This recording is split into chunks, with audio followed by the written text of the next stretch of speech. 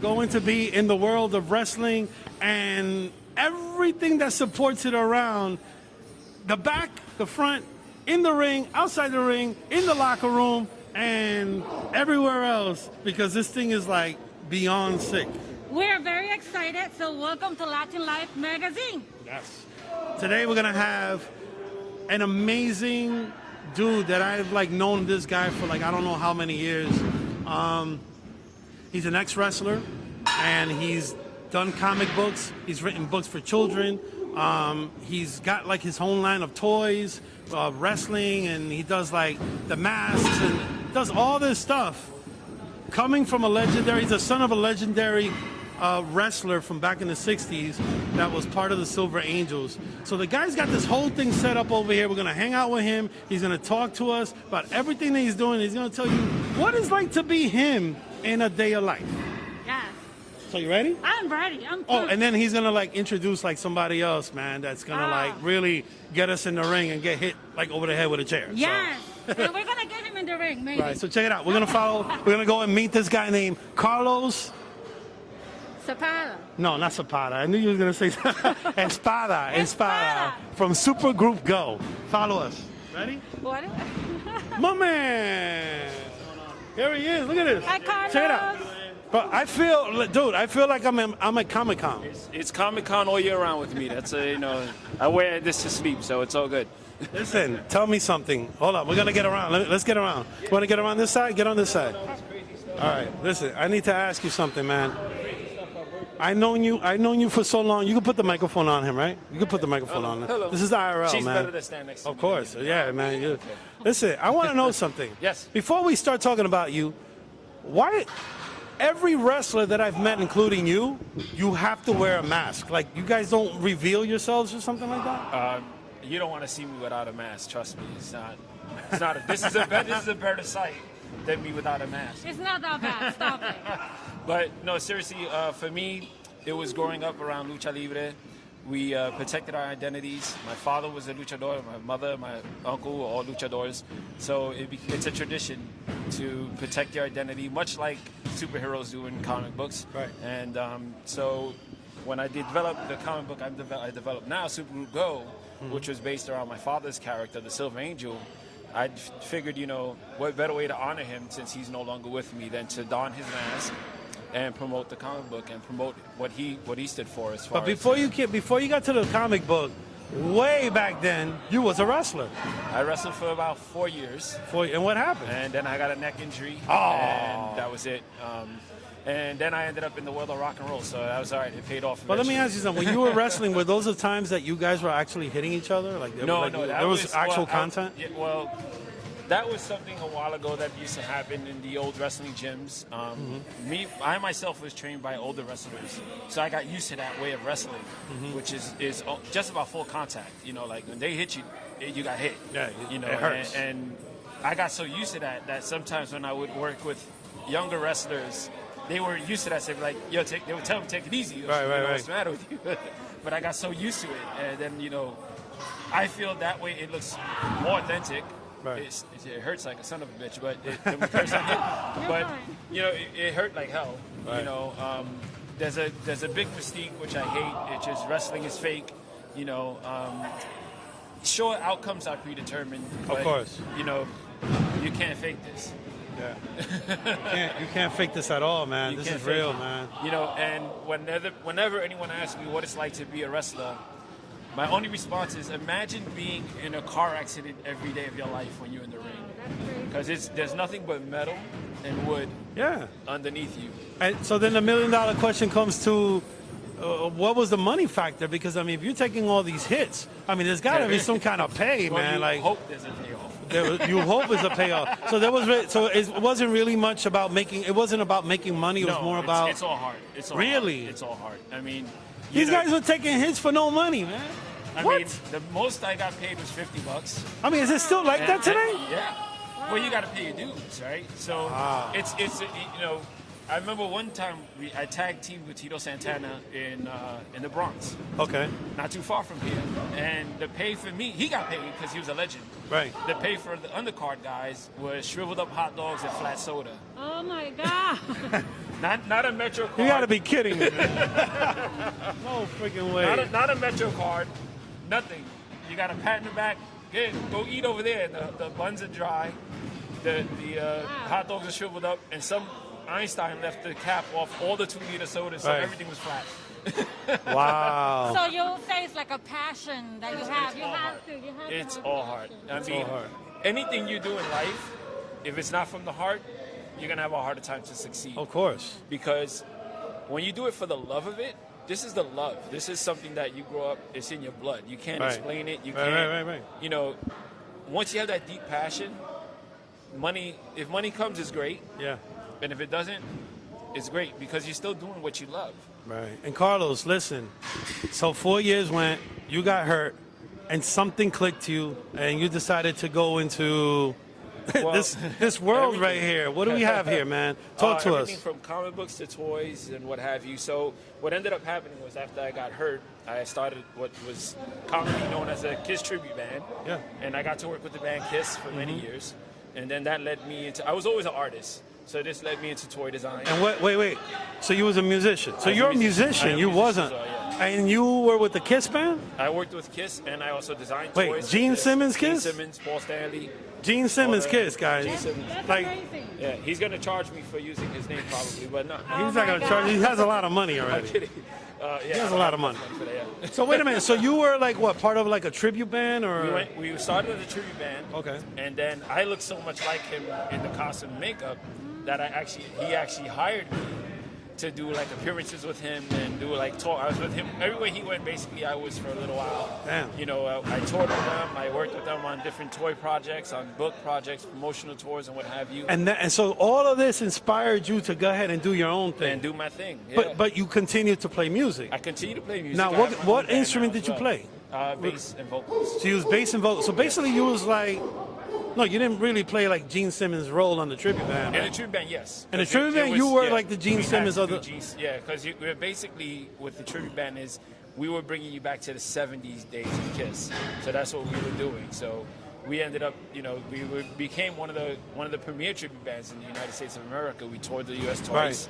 We worked with the band Kiss. We shot a VH1 special called Mock Rock. Okay, yeah, I saw that. Yeah, based on my life as working with Kiss. Right. And even this toy design, I designed the Kiss toys. I designed Kiss guitars. I've also designed other toys for like Bruce Lee. And So Iron wait a minute. Maiden. So when you designed the toys for Kiss, who got the money for They the? get the money. Please tell me they paid you for No, this. no, we get. Well, I was for the Kiss stuff. I was the point guy because I knew so much about the band. So basically, I worked with a team of designers at Art Asylum Toys, and made sure they got everything right. Made sure they got the costumes right. Made sure they had the makeup right. Made it right, and then basically I was the shop manager for all those toy lines. Okay. You Okay. know, Cool. And I had amazing designers working with me as well. So Wow. Okay. you can't beat that. And then how did you take off doing your own thing? Well, the thing was, I did about 20 years in the toy industry, 22 Okay. years in the toy industry, and it was great. It was fun. I got to work on stuff for Marvel, DC, Star Wars, Star Trek. You was with everybody. Everything I loved growing up, I got to work on, which is You got any other toys here that you can show us that you We did? got these two here. These cats right here. Iron Maiden and Bruce Lee. You made those? Here, take. I helped design. I helped on the design. Here, so team take with this them. mic. Take this mic. And then... Hey, how you doing, people? So yeah, so we got Iron Maiden here. This is Iron Maiden's mascot, Eddie. And we did that one, and we also did the Bruce Lee action figure toy line, which That's was awesome. phenomenal for me because I was a Bruce Lee fanatic, and listening to Iron Maiden growing up, what better way, you know, than to work with your idols. So I got to work with bands like that. I've got to work with, you know, all kind of bands from Kiss, Iron Maiden to Eminem the rapper. We did his toy line. That's we did. amazing. I mean, so it just spanned, and it kept going, and I loved it. You know, as much as I loved designing, working with design teams and helping them, you know, promote toys, helping them keep on point with designing toys, and it was all fun. But at the end of the day, as Albert pointed out, my pocket was empty. So it was time for me to come up with something that I could stand behind, that I knew that I wanted to do.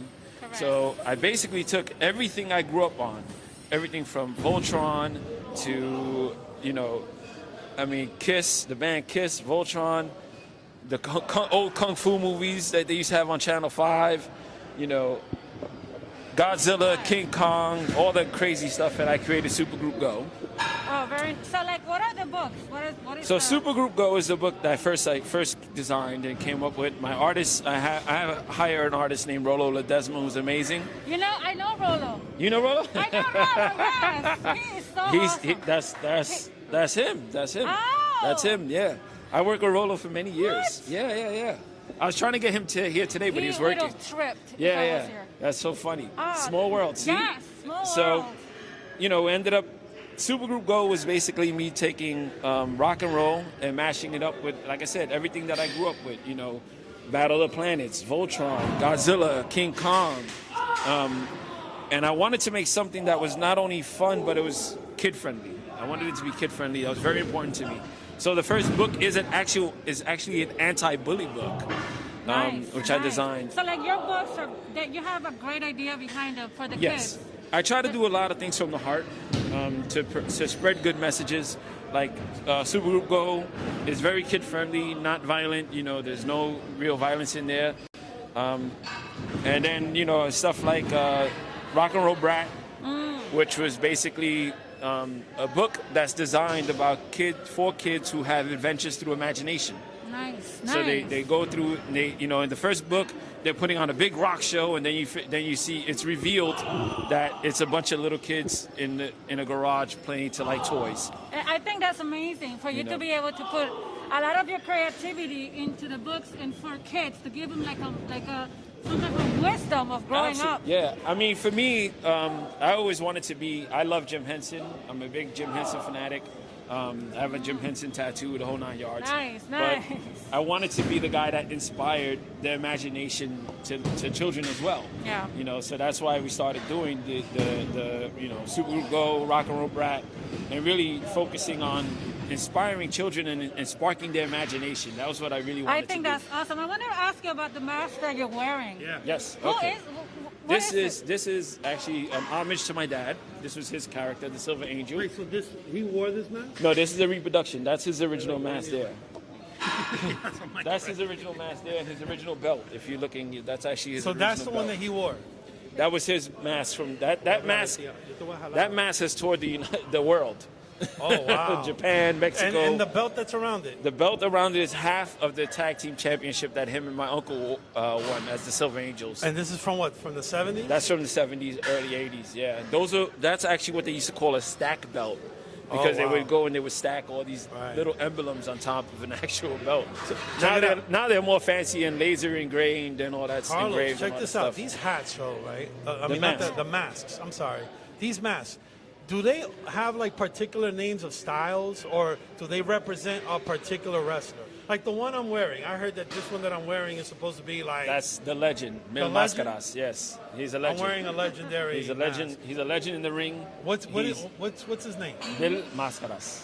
What? Mil Mascaras. Mil Mascaras. Mil Mascaras. 1,000. Man of 1,000 masks. And I think he was what? A Mexican wrestler. He was the first Mexican that came to New York. Wrestled for Vince McMahon Sr. At Madison Square Garden. Yes. And he's the first Mexican to ever be in WWE. WWE. WWE. Right. Anyway, he was the first Mexican. Yeah. Here you go. So you got a little bit of history of wrestling And right there. he's done movies. He's still So he's alive legendary. today. He's still alive? He's now a Hall of Famer in the WWF. Okay, why? WWE, he's a Hall of Famer. Oh, he is. Yeah, Okay. he got inducted into the Hall of Fame. So Nice. he's amazing. I mean, the guy done it all. Him and Santo are the best. And her mask. This is based off of Sin Cara. He's a current WWE wrestler, also from Mexico. From Mexico. Yeah. So amazing So these masks were wrestlers. all created in Mexico. For the Basically. most part. For the most part. Wrestling in Mexico is really, really big. It's really in high regards over there as far as the mask there is tradition. Right. The mask there means something to each persona. So it's not like you just grab a mask and put it on. You design your mask because it comes from who you are within. Right. So that's from your soul is what you get into your mask. And so check this out. We have a mask here, and this mask was designed by Bronco. who's the owner and the man who established The this BWF. place where we are right now, the BWF. There's a question. People want to know about the wrestling influence on the book. Like, what's the How is it all tied into your comic books and Well, stuff? basically, the idea started, like I said, was to bring in something to do a memorial to my dad, who was a wrestler. And it really was kind of to bring Lucha Libre to the forefront. Everybody loves the characters. Basically, it's kind of like a superhero world. You know, like we don't show our identities. We don't, we go in the ring and we do amazing feats. So it was to kind of tie Lucha Libre, rock and roll, and superheroes all together. So that's why they all wear wrestling masks. That's why they all listen to the Silver Angel, who's their mentor to these teenage kids who are kind of rambunctious and they have different characters, but each character kind of portrays what their masks are about. Okay. So it all ties in everything. Like the one of the characters is a luchador, right, as well as the Silver Angel. Mm-hmm. So it's kind of, like I said, it's really just bringing lucha to another step. They do it in Mexico. Mm-hmm. I wanted to do it here in America. Right. You know, like Santo does movies, Mil Máscaras does movies, Blue Demon does movies, all in Mexico. So it was kind of like my way of bringing that tradition here to the States, right, to the U.S., and showing people the beauty of not only the pageantry of what Lucha Libre is, yeah, but also just how remarkable the whole lifestyle is. Like just right, the training, you've seen these guys training, mm-hmm, and these guys in the book are training just as hard and learning their way and learning how to become better people, better guys. So the teenagers in the book, so they're learning through the Silver Angel to become better people, better adults through the training of Lucha Libre and their love of music. Right. So. Nice. Listen, there was something that I needed to share that I experienced. On YouTube, there's a video that you put up. It's called A Gift to Guillermo del Toro, which is the director of Pacific Rim. And Shape of Water, my new favorite movie. I love it. Yeah. So you got to meet him. You got to meet him at a Q&A at the Angelica Film Center. The second time we met. Yes. The second time you met. And in the video, if you guys look it up, it's called A Gift to Guillermo del Toro.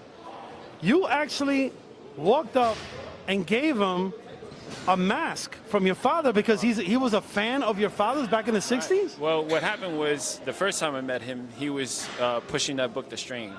And he just so happens to talk about in The Strain. He was talking about, I love Lucha Libre, and I wanted to put a luchador in the book, so I did. I put the Silver Angel in my book. Whoa! So, which is your daddy uncle. And I'm sitting in the audience going, what? Did he just say what I think he said? And so we got to meet afterwards, and I showed him pictures of my dad. We had a 30-minute conversation about Lucha Libre. He fell in love with the photo, so I promised him, I said, the next time I see you, I have 3 masks that were originally my father's. I will give you one as a gift since you're such a fan. And in the video, you're giving it to him. So he said, I would love that. So I kept my word, and I went to go see The Shape of Water. And there he was. And I said, hey, I told him in the video, you'll see it. I said, I'm keeping my promise to you. I promised you an original mask from the Silver Angel. Since you're a fan, here you go. And he loved it. Like it was like the highlight of the time. That's beautiful. You guys can check out the video. The video is actually on YouTube. It's called A Gift to Guillermo del Toro. And before we go, yes, there's a lot of Kiss fans out there, and they're asking me questions. Yes. Is he gonna play? Oh, and wait, there's a question. There's a question that just came in. Wait. Yes. What age group is good for your comics? It's all ages, anywhere from 10 and down. There's no violence in the book. Every issue, there's a moral of the story. So even a 2-year-old can read your comic? Well, if they could read, but they might like the photos. And actually, in each book, I put a coloring page. I put a coloring poster in each book. Nice. So, and then now I'm actually doing children's mask because I got asked for it at Comic-Con, which one of the things that I loved is Super Go is really a multicultural comic book. So there's every race and nationality banding together to save the universe. And one of the most touching moments for me was a little African-American girl saw the book and she goes, Grandma, she has my hair. Aww. And she pointed at the comic book, and I gave her the book, and her grandmother came back the next day and bought like 3 more. Wow. So it really was, it's So touching nice. to me to do stuff like that because That's powerful, man. It is because to me that's who I want to spark the imagination of the little ones. Right. And I don't want to do something that's too Latino or too American, but I want to bring everyone together. By bringing everyone together, that's unity. Right. That's power. When we could unify as a people, we could unify as a race, and we could unify all together with peace and love and understanding. I think if, Bruce Lee said it best, if you show people the beauty of your culture, then they won't fear you anymore and they'll try to understand you. And that's really what I'm trying to do with Supergroup Go. That's my passion and my this heart. is something that I need to share with you guys. If you guys ride the subway in New York and you're all over the train and you see, hey, you got a mask on so they don't know what you look like. He's been making these things, these are stickers, and he puts this up in all the subways. These are postcards? Yeah, but I seen stickers of these. The idea, here's the idea, because I got questions about this. You're vandalizing. No, I'm not. I put a little piece of tape behind each. No, he's not. Oh, there he goes. Very A nice. little piece of tape behind each postcard, and I purposely, every time I post one of these up, I say, it's held by a piece of tape, take it down, pass it around, or keep it for yourself. The idea behind this is to build unity and love, which is sorely needed right now. We all need to really just take a chance to talk to people. We're so connected, but yet we're so disconnected.